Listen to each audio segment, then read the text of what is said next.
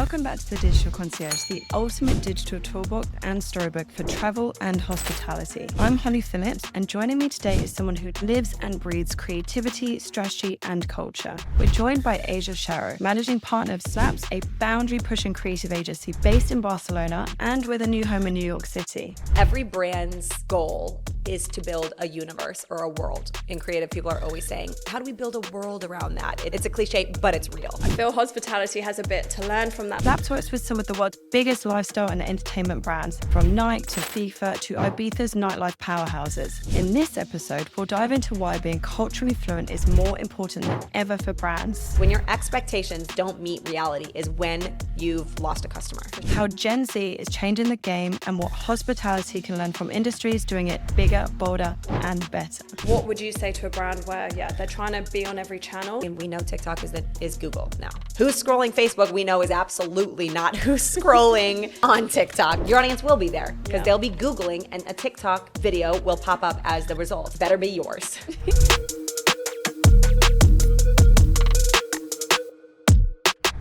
Okay, thank you so much for coming on the Digital Concierge, Asya. I'm going to let you introduce yourself and tell people who you are. Absolutely. I mean, friends first, but also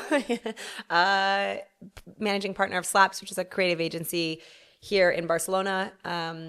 Recently opened an office in New York City as well, but we focus on, exciting endeavor, but we focus on creative strategy, production, and design. Amazing. And what's your kind of audience? Who are you working with? Yeah, we always say, and this is kind of the woo-woo thing, but this is real. It's like brands that are looking to really drive culture or leave their impact on the zeitgeist, right? So really tapping into what's important for today and how to connect with, evolving consumer preferences and really living in that lifestyle space to make a stamp the way that, and everyone will say this, but the way Nike did and the way that, these really big legacy brands have, we want to be part of taking that or building that for new brands and pushing it forward. Amazing. And I think there's so much that hospitality can learn from your industry. So today I definitely want to kind of extract some of those insights, but also to share how we met, how are we friends? Oh my gosh, how we met. The real story, I think you were on rollerblades. We met on the street and I was like, you want to hang out? It was like love at first sight. Literally. We did a couple lapso spinning classes and the rest was history. I think the whole time we chatted about lapso, we talked about running business with your partner, running a business as a woman, professional background, and we were like, we're one and the same. This is true. Yeah, it's so nice to have somebody that's in business with their partner as well. So maybe we can touch on some of that. But diving into where you think that your industry is really smashing it in digital, some key insights. Yeah, I think this is super interesting conversation, like I was telling you before, because we do work in hospitality, right? We are the agency of record of a huge hospitality and entertainment group in Ibiza. We do production and media for the biggest clubs in the world, right? And we've dabbled in tourism boards but that's not necessarily, I think what's really interesting about for digital sakes and what you guys do is it's really performance focused, whereas we are really the agency that doesn't touch that. When someone comes to us, it's for creative and then their team figures out how to transform that into the performance side. So that's the first thought. And I think that will make a very fruitful conversation today. Will be really fun to kind of chat about how we come at it, every client or every brief with a different angle and a different thought, and how we, agencies like ours, can work together, or clients would approach an agency like yours or an agency like ours. But this question that you asked, going back, is this is actually something that we talk to all of our clients for, because we don't have an industry specific. We are industry agnostic in who we service. So like I said, we have a hospitality and entertainment group in Ibiza. We've worked with Nike, Puma, Adidas, FIFA. So it's a lot of lifestyle and sport, but then we've also done CPG. We've done branding with private equity groups and VC. So it's all over the place. And it's just brands who want something that feel different and that feel of the now. So you think they really lean into the culture element? Yes. Is that the synergy between them? 100%. And knowing that we are translators for what at all times, there's always a new generation coming into purchasing power or, decision-making power, no matter where your audience is, whether it's, and we specifically are focused a little bit more on Gen Z. And really it's a psychological demographic. I don't think it's really like age only, but we focus like on that audience. And whether you're that or but we market to CMOs, then okay, still, the 40 to 50-year-old is always changing as well. Like there's always a new generation coming into, and every generation consumes differently and connects with brands differently, which is, I think, a really interesting topic. And that means that brands have to always change the way that they're marketing, the way that they're selling, the way that they're connecting with their audience as their audience changes. And so we're focused on when someone's saying, okay, we need to like freshen up, we're going a little younger, we need to focus on the Gen Z, like that's our audience, and we need to focus on how to speak to them. We're their translators. They come to Slaps for that. Like help us, evolve or encompass this to new that audience. Exactly. Okay. And I guess with focusing in too much on the generation, you then miss like the trends, the technological evolutions, all these kind of things. So I think you guys focus in on more than just Gen Z, it's like that whole cultural piece, and Gen Z is getting older, so there's lots of taboo with focusing on different generations. But as you said, they have disposable income, they're looking to consume in such different ways. So I think as like the digital space changes, that audience is so tapped in, they're so digitally native, so they're kind of just going with that wave. Like everything that's new, they're in it and they're consuming it. So then as a brand, as an agency, you have to really have your finger on the pulse to know, okay, this is how we talk to them, this is how we target them, this is how we present a brand. And I think certainly the brands that you work with are so strong in having a brand presence that I feel hospitality has a bit to learn from that, because at least traditional hotels, they really rely on that in-person experience. You step into a Four Seasons, you know what you're going to get. But then what are you getting when it comes to that digital presence? This is something I was thinking about when we were talking about or planning this. This has been swirling in my head. Every brand's goal is to build a universe or a world. And creative people are always saying, how do we build a world around that? It's a cliche, but it's real. You really do have to build a world. That's, brands that have done that really well is when you're able to look at something and say, oh, that's Nike. Oh, that's Hermes. Oh, you see one image and you know exactly who it is. Because they don't have physical worlds. Like Nike has a store, but you're not in Nike all the time, right? Hotels and hospitality and places where you're actually stepping into a physical world, I think have maybe lost a little bit about how to build a world beyond the actual physical world they have, which is their digital world. They rely so much on what they're doing physically. So like here's a plate, here's dishes, here's the tables we have, here's the rooms, here's this. But there's so much beyond that. It's actually and I know this. You guys do that differently. The way that you do film and the way and what you're putting out there for your clients is not the standard, like, oh, just make sure that you get like every corner of the room so someone knows what to expect. That's not the goal. The goal should be to like bring them into the world that is your client. Like, yes, this is the physical world, but when you're listening to it, like, how's the camera moving? What's in it? What's the lighting? What's the sound that we're putting with this? When is it being published? Where is it being published? What other little details can we add in there? Is there someone in there actually drinking coffee? Or is there someone in there like waking up and feeling like, you have to build beyond the world because you know what your clientele is coming to that space for. You're coming for a party. This restaurant you come for a girls, this is the world we want to build. It's actually more of like a girls' dinner, classy sort of situation. This is a party. Yeah. And there's a way to show that other than just show the tables, show the food, show the this. And it's building that world. And I think when you have a physical world, you forget to build that digitally. I think brands that are doing that quite well are like they've really, you said about sounds, and as soon as you say sounds, I think Coca-Cola, they owned the opening of a bottle, which is so incredible. Yeah. And then I think a man have managed to own ASMR, which because they had first mover advantage, but you look at any of their social content, it's all that they do. So even if the visuals are slightly different, you still know that that's an Aman piece of content. And I was always taught, like, you cover the logo, can you tell who that piece is from? So what's the hotel iconography? What's the vibe it's giving out? Like, I think Nikki Beach probably do it quite well. You know that it's like blues and whites. Yeah. It's a party hotel. They've probably got a saxophonist walking around the pool. Yeah. So then it's like, how can high level hotels lean into having that kind of digital presence where you're thinking of all of the senses? How do you portray it? Yeah. I think it's so interesting. I didn't know this about Amman, that they've owned ASMR, just because I'm not that deep. But that makes sense, because in an Amman, that is what you hear and what you feel. They have converted their real physical world into a digital experience. And that is what you feel when you're there. And that's what you want. You don't want the digital to not match the real physical. That's where you lose. I mean, and this happens. This is another thought I had. This happens all the time with hotels.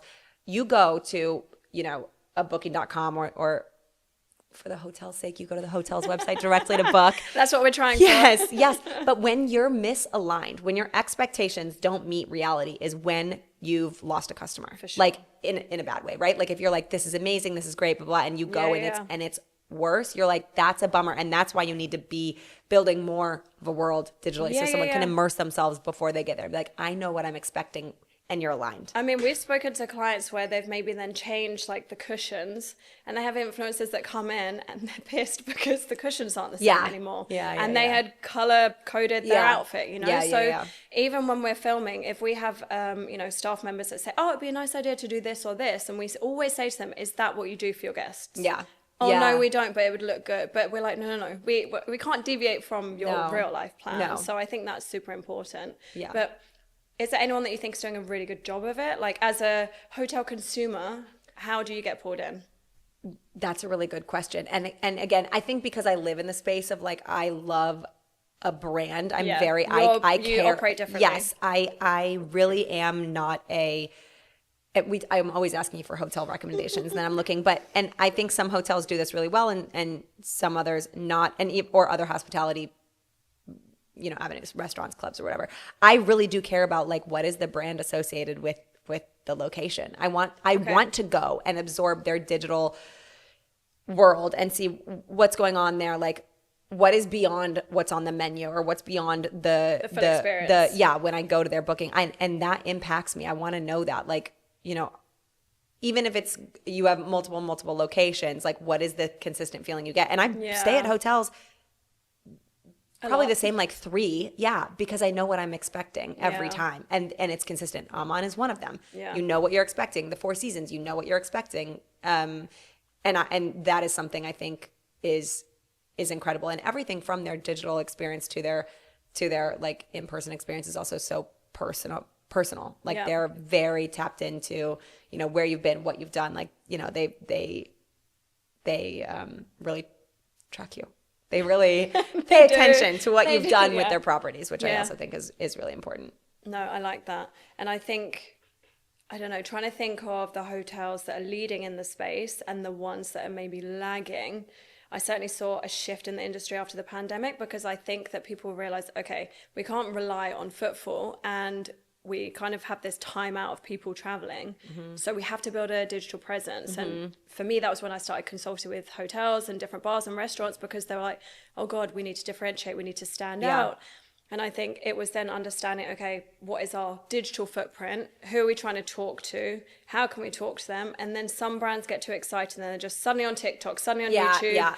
And it's this scattergun approach. So like, what would you say to a brand where, they're trying to be on every channel? Yeah, I also think that it's even more important for hotels and restaurants, because most of the time, and you can correct me if I'm wrong because you know the industry, but I'm pretty sure people are booking through third-party aggregators. So you don't even really completely control your brand. The where consumers are going to make a decision is not like, it's stripped down a little bit. So that means that you have even more of a challenge or responsibility to establish a digital footprint on your own channels, right? So I appreciate that they will try and say, let's get on every channel and every this, but also it goes without saying every channel has a different tone and a different consumer. And if you're just posting and publishing across all of these different ones, like ad hoc, you're lost, right? Because who's scrolling Facebook, we know, is absolutely not who's scrolling on TikTok. Like there's minimal synergies across Yes, those now. zero. Yeah. So you really have to think about like, what does that look like?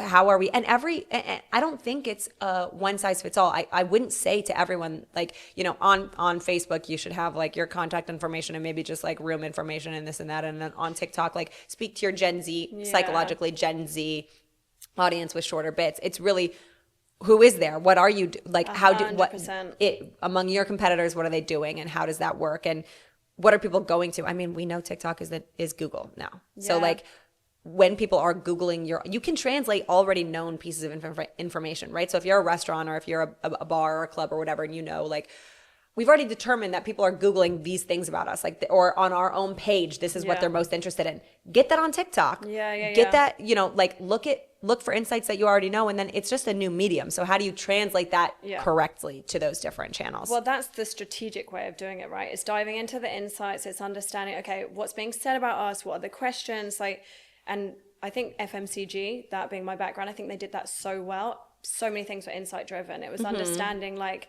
what are the how-to questions a pet owner was asking? So then we would create the answer to all those how-tos on YouTube, and then those pieces of content does really well because we know people are looking for it. And I also think, going back to what you said about audience, it's knowing like, who are you trying to reach, where are they, and then coming up with a channel strategy, because the feedback we get at least about TikTok is, our audience aren't there because they just think it's young and it's Gen Z. However, if Gucci are there, Prada are there, then they're there. Yeah, they're there. It's not a question of they are or not. Like, because anyone you're marketing to, like anyone that spends money is right? Like your audience has to spend money. Gen Z is spending money. Who's traveling? Who's like, they're driving our economy. They're like, owning they're there. the biggest or portion older. Like everyone's there. They're And owning now, the biggest disposable income right now. Yes. With travel, they spend so much more on experiences. Yes. So it's and audience. there's so many articles too, even if you're talking luxury. So anywhere in the gamut. So if you're talking low end, you know that's not low end. I'm sorry, I don't know what you call that. Like if you're talking economic options, they're there, right? The younger audience is there, and there's so many pieces, and there's so much data out there right now that's also showing younger demographics are spending more on travel and on experiences. They are, so they're also there. Like that's something you can't contest. And you can't hide from it, and they're going to be talking about your brand as well. So I think for me, this comes on to another thing, which is social listening. And so it's knowing what your audience is saying about you, because they're having that conversation with or without you. And so I think certainly what we see is there's ownership of telling a portion of a brand story because the brand isn't telling it. So one thing is video room tours. People want to see a room before they book it. Most hotels don't show more than 3, if you're lucky 5, architectural photos that just don't show the atmosphere, the space. However, an influencer walking around a room on his or her mobile shows you the space exactly. So then you're losing your audience, you know, from your own channel to somebody else's, and then they probably go onto a third party to book it. So it's already a challenge. Which is already a challenge. So there's lots of channel hopping. So like, with that in mind, how do you think hospitality can focus more in on owning their audience, keeping them for longer, and converting to book instead of losing them to third parties? That's a great question. Something that popped into my head before I answer that is also how important Google is. They just launched a new tab. I don't know if you saw in the search, like, you know how there's images, like Google image search, Google, or the search results are different things. There's now short film, short video.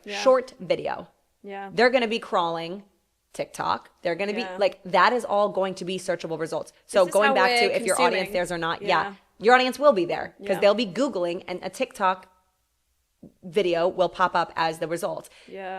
Better be yours.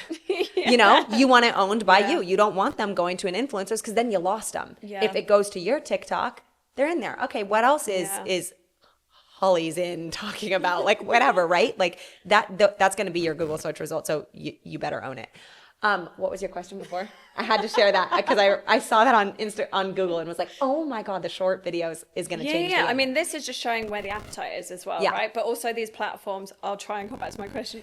All of these platforms are competing with one another. So as soon as TikTok rises to fame, you have Instagram coming out with reels, you know, so they're all, and then you have YouTube Shorts, and then you see that there's more organic traction because they're all just trying to like give their audience a little bit of something to keep them in. How do they own? That's what you asked. Sorry.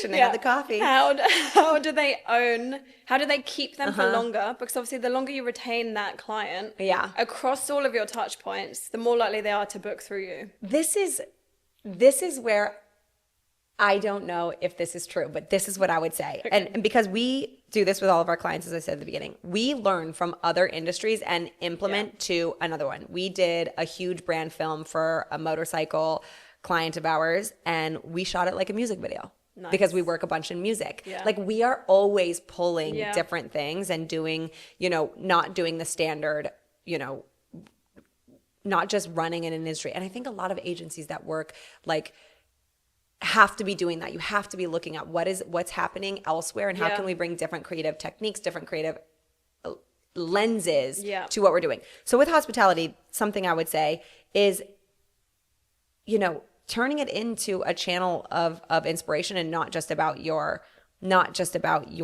space, not just about your actual physical world. What else not is just in about there? Those four walls. Yeah. Can you get people interested and you know, engaged in just something that's more of the times, like, I don't know, some really great CGI stuff. Can you tease stuff? Like thinking about how other, maybe like a CPG brand does things. There's always like some teasers and stuff. Maybe if you're doing renovations, this is out of context, of course, but like, could you do some teaser stuff that gets people excited? So even if they're not staying at your hotel in the next couple of days, they're like, oh my God, what are they doing? Or a couple of weeks, or even have a booking. The behind the scenes stuff is massive. Yeah. So I think even with renovations, they always want it to be behind closed doors and then it's this big reveal. Yeah. But like actually showing that process. And I think I certainly see this with like new hotels or boutique hotels. Like there's one that I'm following. I think it's Long Lane. I came across the guy on TikTok because he's like, right, this is my concept. This is what I want to do. So it's like taking you on the journey from conception to funding to finding the property, you know, and then people are invested. They're emotionally invested. So even if you're just doing a renovation in your hotel or a rebranding, include your audience. It's going to help. They've made full Netflix series on this. So don't you think people want to see it on TikTok and Instagram? Like, you don't need a full, you know, 8-month long production team. Yeah. Like, do some BTS and bring people along. And that brings people into your world too. They feel like they built it with you and they're excited to go stay at it or whatever. Like, there's so much more you can do other than just showing your physical space. And I think bringing that in to your socials and is the way that you're connecting with your audience, because people aren't traveling. It's not like someone's staying at your hotel. There's a group, of course, that's probably staying at your hotel or will likely stay at your hotel in the next couple of months at all times. But then there's the other, like, just once in a while, right? Like, but you want to stay in their brains and you want to build a connection with them. And so things like this, like mini series, like really branded content also is we talk about this all the time and have dabbled and have really thought about how and if it is part of Slap's offering, but branded content is huge. So like, you know, when it's done properly. Yes. But there's so many fun things. Like, I mean, I think so many people watch Amelia's Chicken Shop Date. Like these sort of things where it's branded, it's not necessarily like you're pushing your audience into that, but it's, you know, something's always filmed in the basement of the Bulgari Hotel and it's this fun, you know, Hot Ones or whatever, like something that's really branded and is regular production by your brand. And it just makes people feel like there's more of a world around it. That's going into another thing of like literally some brands are becoming media companies like in themselves. But this is true. That's how you connect with your audience. Yeah. It's a huge investment. It's a huge decision. It's definitely a strategic option, but it's an option. It is. And I think so maybe that comes down to, I wanted to ask you, we spoke about it before, of like, what would you recommend somebody implements today, tomorrow, next year? So maybe the becoming a full media house and running your own series and this kind of high level production is the next year plan. Yeah. But let's say for anyone listening that's like, okay, so what could I learn from like what you're doing in your industry, you know, the pop culture, music, fashion, what could they implement as of like tomorrow? That's a hard question because depending on your brand and your brand strategy, that can change. Budget. Like, yeah, definitely budget. But what do you think would like shift the needle more in a digital case? So let's say budget is like, we don't even have to think about it. It's unlimited budget. What would you really recommend that somebody implements? like, even I love what you said, you know, you shot in the style of a music video for the motor. Like, that is like, what, I don't know, is there another industry that maybe hospitality could look at that's like, they're doing such a good job of that? Just observe that industry for 6 months. I just think it's really flipping their script to what most others have to do, which is where you have a physical world. How does that translate digitally? Not away, if you couldn't shoot your hotel rooms and your dishes for the next 6 months, how could you continue to tell your story and build your brand further? What would that look like? And run that exercise and then say, okay, you know what it would be? It'd be knowing our team. Like, maybe there's, you know, our number one thing that people always talk about is we have great service. Why don't we let them know our service team? Who are you talking with? Like, what do they care about? Like, bring them in, make them feel like part of that team, so that when you get there, you know them.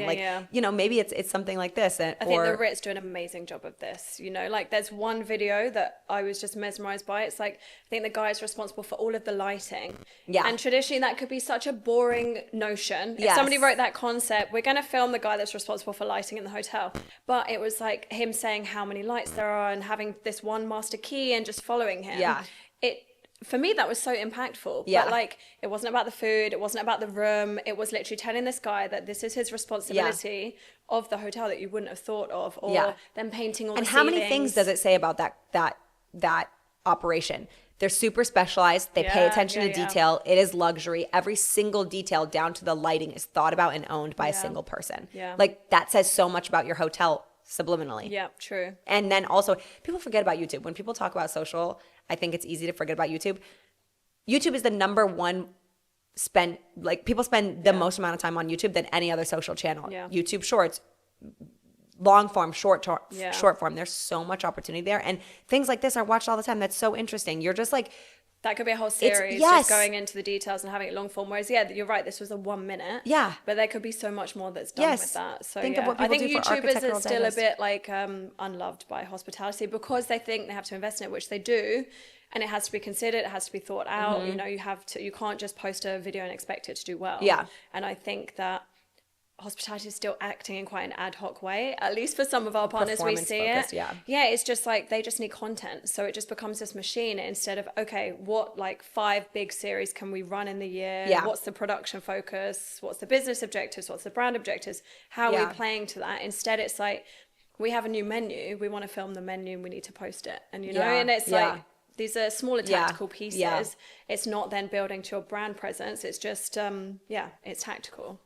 I think, going back also, like, a lot of brands have a high level, you know, brand platform, and hotels definitely have this, right? Like, they have their brand platform, but really going back to that and making sure that every sub campaign or sub action or brief is laddering back up to that brand campaign, and not just like performance, or like you said, like this ad hoc, we have a new menu. Okay, but what's the brand platform? The brand platform was promising, like, I don't know, whatever it is, like, the highest quality at every touch point. Then, like, let's make sure we're coming back to that, like, and we're filming that, or we're announcing that new menu in that way. It's not just like, here's our menu, whatever. It's furthering that story. It's there another needs chapter. to be a red thread. And again, I saw FMCG doing this so well. They would have a brand concept that might have 5 years longevity, and maybe now that's a bit too long, but every campaign would come back to that. And so it's like, does this ladder back to this? If no, then it's not something that you would drive for. Even for, I don't know, doing something that was a bit more reactive, something happening in the market. It was like, as a brand, do we have a right to talk about this? Does this make sense? And even, I remember working on Felix, and they wanted to be jumping on the bandwagon of Game of Thrones. And we were like, what does this have to do? Like, why? With pet care, where do we have a right to do that? Or Johnson's Baby, okay, the royals were about to have their baby. Yes, that makes sense for us to play in that space. But there was so many other things that, just because the audience were talking about it, the brand, they had their defined tone of voice, their brand footprint, so they kind of knew how to make that rationale as to whether they should or shouldn't. But again, I think hospitality kind of needs a stronger tone of voice. What are we having an opinion on? What are we not? That kind of stake in the ground notion that comes with a digital presence, that comes with building a brand. And I'm certainly seeing it shifting in that way. And I love the fact that you kind of spoke about this world, because I think it is really leaning in too much that they have this physical world, but then they forget the digital world. But the two need to be aligned in a good sync, for sure. Has to translate back into a digital way. Exactly. Not just here's what our physical world looks like. Yeah, no, I love that. I'm trying to think, is there anything else that you would focus in on, ignoring budget, of like what they should be doing today, as of like low-hanging fruit, easy to implement? Maybe it's a bit more tactical, it's less strategic, but what would be something that is like, yeah, an absolute obligation? I think I think a true like storytelling exercise is important for digital, right? Is like, what is the actual story we're telling, instead of just these moments of, I think when there's like media planning or digital planning, it's like, oh, May is our high season, and then we're launching a new restaurant on this time, and and instead of that, it's like, stop. What is the, over the next 12 months, what are we saying? Or the next 10 years or whatever it is, what are we saying? And then now, okay, there are these moments we have to accommodate, but like that's a supporting pillar to this bigger one, and right? It should ladder up. Yeah. And I think that's a, your content coordinator or your content planner or your social media manager shouldn't be disconnected from that. They are the soldiers to tell that story. And that's the story they should be looking at. So I would say like an immediate exercise would be looking back. Do you have that top line brand promise? Yes, for sure you do. They exist. Yeah. How is your content, if you looked at your next 2 weeks of content, is it telling that? Yeah. Is it relating that story? Is it relevant to that and building more of a brand digitally, or is it just telling the story of what's happening physically? Yeah, no, I think that's the challenge. No, I like that. I think that makes sense. Is there anything else that you would want to add before we maybe wrap on our little chinwag? I think performance, the one thing that's interesting about hospitality, as we've dabbled in it with some brands in the past, is they're super performance focused. Yeah. And the way that we measure performance is tied to something that was like worked 5 or 10 years ago. Measuring performance today, you have to get creative. It's not just, did we get bookings from that directly? Did we get new followers directly? Did we blah, blah? Okay, there are some things that boil down, but we have to get so much more creative with how performance is being measured. And maybe that's,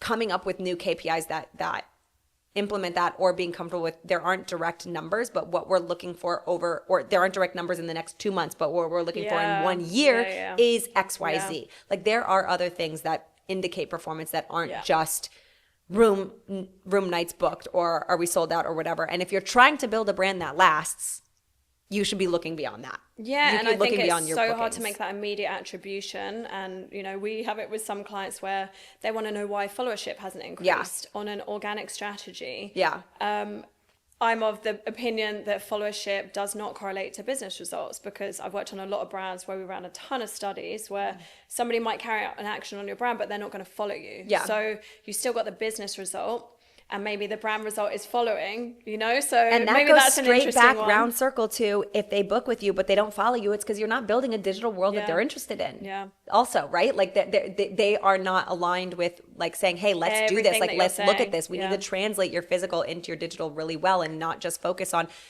I'm sure they're pushing performance focused organic, and you're trying to bridge that gap between, okay, yes, we're really going to focus on your physical world and try with performance, but there's more beyond that. And you still have to build it, it doesn't come straight away. So I think looking at the funnel, looking at what awareness means, looking at how you push somebody through, talking path to purchase, all of these things. Yeah. It's not an immediate result, but obviously when you have partners and they're investing in production, social media agencies, creative agencies, they want to know what that ROI is. So I think it's also an education piece of ROI is different. It doesn't necessarily mean like $1 to $2.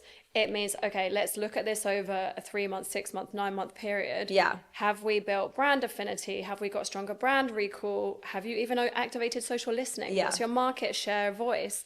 All of these things that, again, if you're playing in the digital space, I think you should have your finger on the pulse of all of these metrics, because the times of TV and print, you're counting the circulation numbers, and you're guessing who was sat in front of the TV watching the ad. Now we really know. We have so much access to data.